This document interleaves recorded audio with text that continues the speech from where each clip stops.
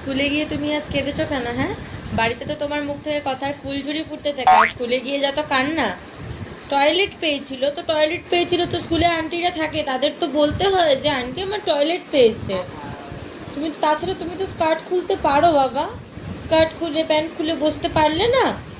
ছিল তুমি টিফিন পিরিয়ডে টিফিন বার করনি, খাবার খাওনি কেন? ম্যাম যখন বলছিল টিফিন করতে তখন কেন তুমি টিফিনটা বার করলে না? ঘরে এত পটপট পটপট করতে থাকো, মা এই মা ওই মা সেই, আর স্কুলে গিয়ে একদম তোমার মুখে কুলু পেটে যায় কেন? কি সৃজার সাথে ঝগড়া হচ্ছে বলে কাঁদছিলি? কেন ঝগড়া হয়েছে সৃজার সাথে? ও তোর থেকে লম্বা হয়ে গেছে বলে? ও তোর থেকে তো লম্বা হয়ে যাবে, কারণ তুই আজকাল প্রোটিনওয়ালা শাক সবজিগুলো যখন বলি বাবু খা তখন তোর মুখে ঢোকে না।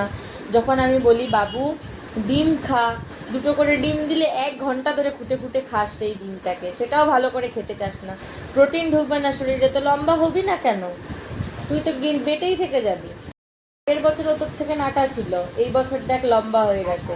সব ভালোই হবে, সবাই খুব লম্বা হয়ে যাবে, এই বড় বড় হয়ে যাবে, তুই সেই এইটুকু থেকে যাবি। হ্যাঁ, এইটুকু লিলিপুটের মতো। বললো তুমি ইংলিশের হোম টাস্ক দেখাওনি, আমি তো তোমাকে কাল রাত্রিরে মনে করে করিয়েছিলাম ইংলিশের হোম টাস্কগুলো, তাহলে তুমি কেন ম্যামকে দেখাওনি? করিয়েছিলাম আমি, ব্যাগকে ভালো করে চেক করতে পারো না? দাও ব্যাগ দাও দেখি। এটা কি? এটা কি কপি? কি লেখা আছে এখানে? ইংলিশ কপি তো। এই তো হোম টাস্ক করেছো, তাহলে কেন দেখাওনি ম্যামকে?